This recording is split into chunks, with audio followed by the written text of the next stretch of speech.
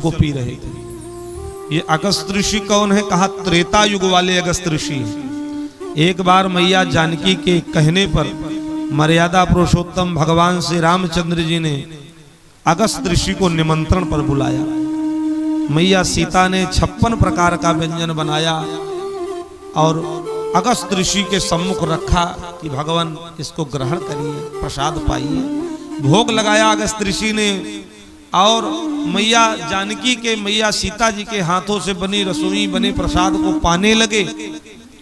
और जब पानी पीने का समय आया तो भगवान ने कहा, हे अगस्त ऋषि, अब आपको हम पानी इस त्रेता युग में नहीं पिलाएंगे। कहा फिर? कहा द्वापर में मैं जब अवतार लेके आऊंगा और जब आवश्यकता पड़ेगी मैं आपका आवाहन करूंगा, आप आकर के पानी पी करके युगों की प्यास को आप उसी समय बुझाइएगा। तो अगस्त ऋषि त्रेता से प्रतीक्षारत हैं, इंतजार कर रहे हैं अपनी प्यास बुझाने का, प्यासे बैठे हैं। आज वो मौका आ गया। भगवान ने जो वचन दिया था, भगवान ने स्मरण किया अगस्त ऋषि का, आ जाओ आज अपनी प्यास बुझा लो, क्योंकि जल इंद्र खूब वृष्टि कर रहे हैं, बरसा रहे हैं। तो अगस्त ऋषि आ गए। तो एक तरफ अगस्त ऋषि उस जल को पी रहे हैं, सोख रहे हैं, और दूसरी तरफ सुदर्शन चक्र उस जल को समाप्त कर रहा है, उस जल को सोख रहा है। 7 दिन बाद इंद्र ने सोचा अब तो गोकुल बह गया होगा, कन्हैया भी जो कहता था मैं भगवान हूं, ईश्वर हूं, उसकी भी भगवत्ता समाप्त हो गई होगी। ग्वाल बाल भी, गोपियां भी जिन्होंने गोवर्धन की पूजा की, गोवर्धन के सहित बह गई होंगी। कन्हैया के माता पिता भी बह गए होंगे। चलो चल के देखते हैं। और इंद्र जब आए और आकर के इंद्र ने देखा कि 7 दिन मूसलाधार वृष्टि हुई, लेकिन जल की एक बूंद भी वहां दिखाई नहीं दे रही थी, धूल उड़ रही थी। ऐसा देखने से प्रतीत होता था कि वर्षों बीत गया, यहां वर्षा हुई ही नहीं, वृष्टि हुई ही नहीं।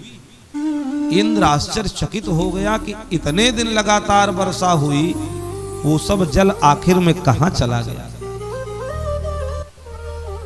समझ गया ये साक्षात ब्रह्म है, परमात्मा है, और मैंने अज्ञानतावश इनकी परीक्षा ली, ये तो ईश्वर हैं। दौड़ करके आया, भगवान के चरणों में गिर गया, कहा प्रभु क्षमा कर दीजिए, त्राहि माम पाहि माम, हमसे गलती हो गई, अपराध हो गया।